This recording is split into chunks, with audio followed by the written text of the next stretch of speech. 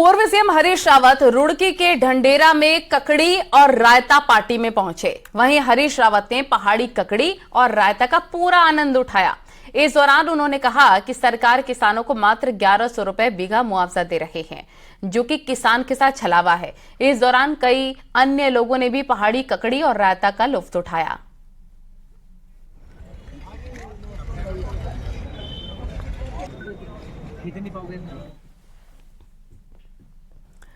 बागेश्वर उपचुनाव बीजेपी जीत गई, पर हारी हुई कांग्रेस इसे हार मानने को तैयार नहीं है। कांग्रेस नेताओं का कहना है कि बागेश्वर की क्लोज फाइट 2024 चुनाव में अच्छे रिजल्ट का संकेत है।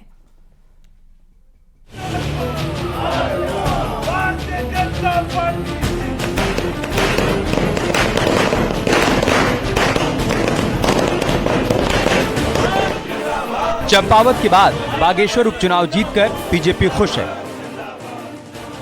तो कांग्रेस इस बात से संतुष्ट है कि चंपावत की करारी हार के मुकाबले हालात बेहतर हुए हैं। बीजेपी और कांग्रेस के उम्मीदवार में जीत का अंतर 2405 वोट का रहा। कांग्रेस उम्मीदवार बसंत कुमार को 30,842 वोट मिले, जबकि पिछले चुनाव में कांग्रेस प्रत्याशी रंजीत दास को 20,070 वोट मिले थे। इस लिहाज से पिछली बार हार जीत का अंतर 12,000 वोट से ज्यादा का था। लिहाजा कांग्रेस 10,700 वोट के अंतर को अपनी कामयाबी मान रही है और हार के बावजूद कांग्रेस को लगता है कि बदलाव का असर 2024 के लोकसभा चुनाव के रिजल्ट में दिखेगा। निश्चित है 2024 में कांग्रेस और तब तक अभी समय है, हम और मजबूती की ओर को बढ़ेंगे। 2024 के रिजल्ट अच्छा आएगा और 2027 में बीजेपी को पदच्युत करके उत्तराखंड में कांग्रेस की सरकार को स्थापित करेंगे। बागेश्वर की हार में कांग्रेस भविष्य की जीत देख रही है, तो उपचुनाव जीत चुकी बीजेपी इसे विपक्षी गठबंधन इंडिया और कांग्रेस का भविष्य बता रही है। प्रभारी मंत्री सौरभ बहुगुणा के मुताबिक पहली बार बागेश्वर में कांग्रेस बीजेपी में आमने सामने का मुकाबला हुआ, वरना मुकाबला त्रिकोणीय रहा करता था। तो ये हमारे लिए उपलब्धि है कि इतनी विपरीत परिस्थितियों में जहाँ पे पूरा इंडिया ब्लॉक हमारे खिलाफ एकजुट होकर लड़ा, कांग्रेस ने पूरी ताकत लगाई, बड़े बड़े उनके दिग्गज नेता रात दिन वहाँ पर बागेश्वर में उन्होंने कैंप किया। उसके बाद भी हम अपना वोट शेयर भी बढ़ाने में सक्षम हुए और हमने चुनाव जीतने भी एक मिथक तोड़ा है। तो मैं बागेश्वर की देवतुल्य जनता को बहुत बहुत धन्यवाद देता हूँ। नतीजे घोषित होने के बाद बागेश्वर उपचुनाव का चैप्टर क्लोज हो चुका है, लेकिन रिजल्ट में फेल होने के बावजूद कांग्रेस को उम्मीद है कि 2024 की परीक्षा में कामयाबी मिलेगी।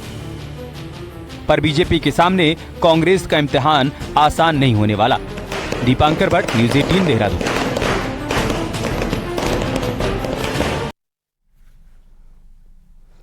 बागेश्वर के लेटी गांव की एक महिला जंगल में घास काटते वक्त अचानक से खाई में गिर गई। वहीं खाई में गिरने से महिला के सिर पर गंभीर चोट आई है।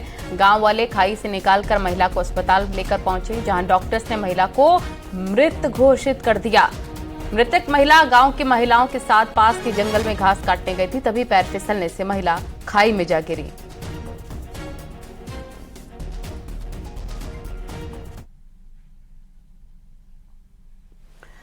पिथौरागढ़ का गंगोली हाट पूरी तरीके से बंद रहा। विभिन्न संगठनों ने स्वास्थ्य विभाग के कर्मचारियों को हटाने की मांग को लेकर बंद का आह्वान किया था। स्थानीय लोग प्रभारी चिकित्सा अधिकारी और प्रवर सहायक को हटाने की मांग कर रहे हैं।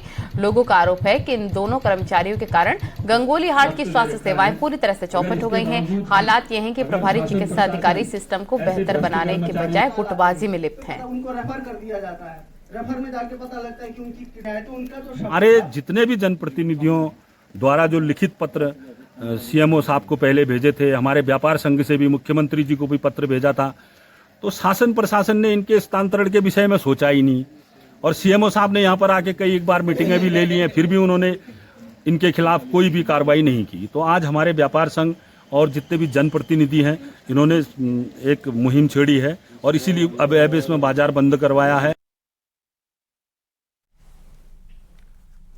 भू बैकुंठ श्री बद्रीनाथ धाम में नारायण का वास है और बद्रीनाथ धाम से कुछ दूरी पर सतोपंत सरोवर है, जहां मान्यता है कि स्नान करने के लिए तीनों देवता ब्रह्मा, विष्णु और महेश आते हैं।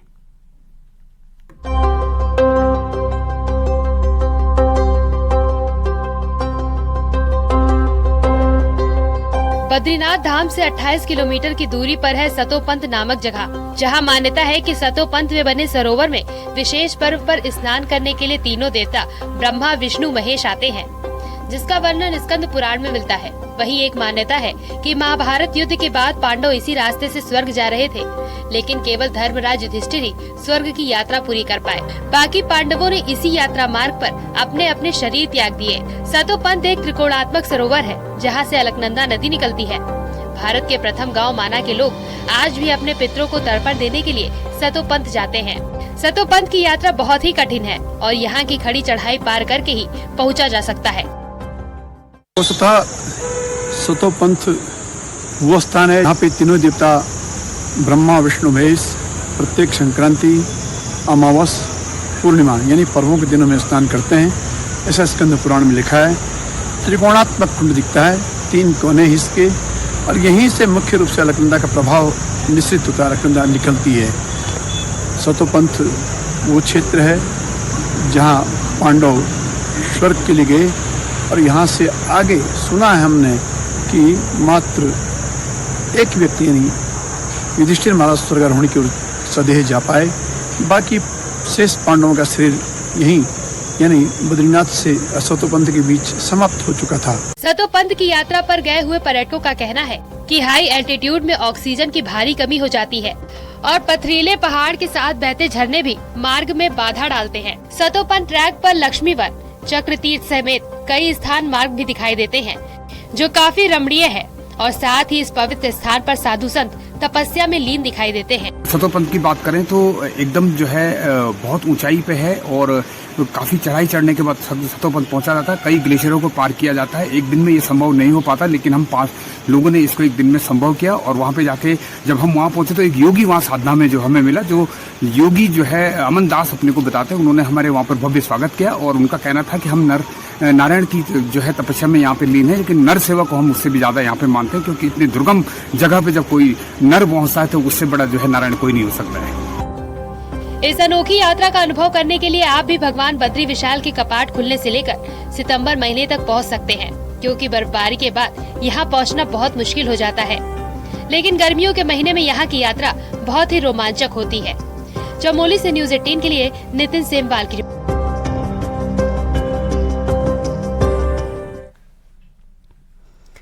देहरादून से खबर है, जहां प्रधानमंत्री ग्राम सड़क योजना में बिना एनओसी 7 इंजीनियरों के काम करने से मामला सामने आया है। और आपको बता दें, पीएमजीएसवाई चीफ समेत 7 इंजीनियरों के पास एनओसी नहीं है, बावजूद इसके वो काम कर रहे हैं और अब तक एनओसी रिन्यू करने की कार्रवाई भी नहीं हुई है।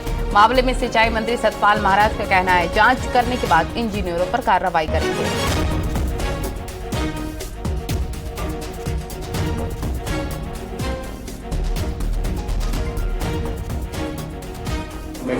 एनओसी नहीं है। वो तो विधानसभा अध्यक्ष ने बुला करके चीफ सेक्रेटरी को कह दिया। मैं भी वहां पर उपस्थित था और काफी सख्ती उन्होंने की है। मैं समझता हूं इसका कुछ ना कुछ सकारात्मक इसके परिणाम होंगे।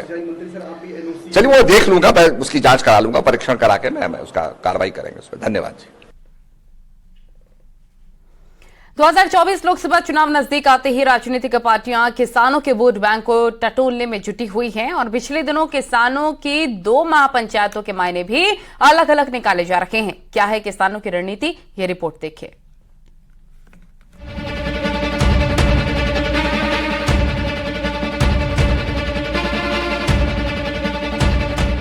साल 2024 में होने वाले लोकसभा चुनाव को लेकर सभी दल एक्टिव हैं।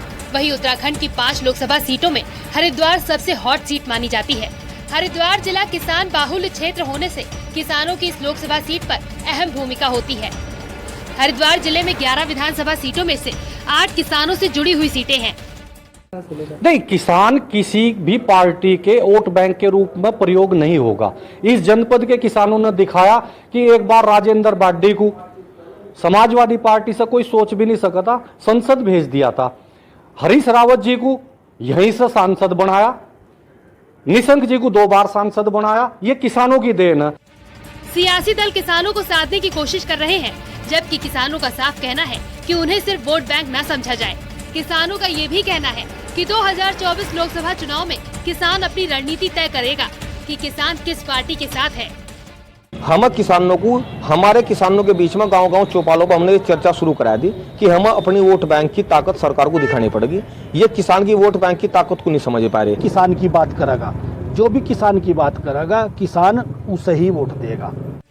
सभी सियासी दल किसानों की नब्ज टटोलने में लगे हैं और किसान नेता अपनी रणनीति बनाने की बात कर रहे हैं। ऐसे में देखना होगा कि लोकसभा चुनाव में किसान किसकी तरफ रुख करता है। रुड़की से न्यूज़ 18 के लिए मनोज जुयाल की रिपोर्ट। अल्मोड़ा जिला अस्पताल में अस्थायी ओटी में बड़े और गंभीर ऑपरेशन होने लगे हैं। पहले एक नेपाली मूल के बच्चे का जटिल ऑपरेशन किया गया, तो अब एक महिला के कान का सफल ऑपरेशन हुआ, जिससे लोगों का विश्वास जिला अस्पताल पर लगातार बढ़ रहा है। लेकिन मेडिकल कॉलेज में कई महीने बाद भी ओटी शुरू नहीं हुआ है, जिससे मरीज परेशान हैं।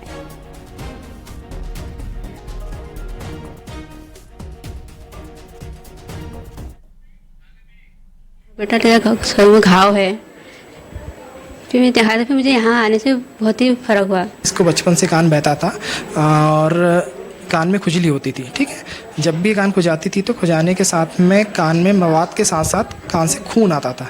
तो सबसे प्रमुख तौर पे जो एक समस्या होती है इन मरीजों में ये होती है कि खुजली के साथ में कान खुजाने पर कान में मवाद के साथ खून आता। चमोली में सिद्धपीठ नंदा धाम करुण से विश्व प्रसिद्ध नंदा लोकजात यात्रा की शुरुआत हो गई है। नंदा देवी की डोलियों को हिमालय की ओर विदा करते वक्त ग्रामीणों का हुजूम उमड़ पड़ा। ये लोकजात यात्रा वेदनी कुंड और बालपाटा में नंदा सप्तमी को संपन्न होगी।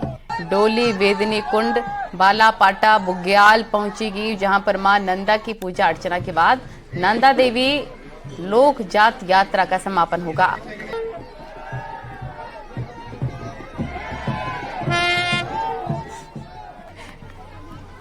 का ये धाम है और पूरे क्षेत्र की बहुत एक अपार श्रद्धा रहती है और वास्तव में हमारे पौराणिक समय से ये लोक जात अपने संसाधनों से ही लोग कर रहे हैं। जितने भी ध्यान रखी हैं ये अपने घर से नए अनाज से बने हुए, जैसे इसमें काखड़ी होता है, मुंगरी खाजा या कोणी का खाजा जो पहले से चलता है, तो उसको चढ़ा करके माँ से ये माँ तू कैलाश जा रही है ससुराल के लिए विदाई करते हुए और करुण रस रोते हुए भी कई लोग अभी आप देखेंगे थोड़ी देर 4 बजे हमारी यहाँ से नंदा देवी की दोनों डोलियाँ प्रस्थान करेगी।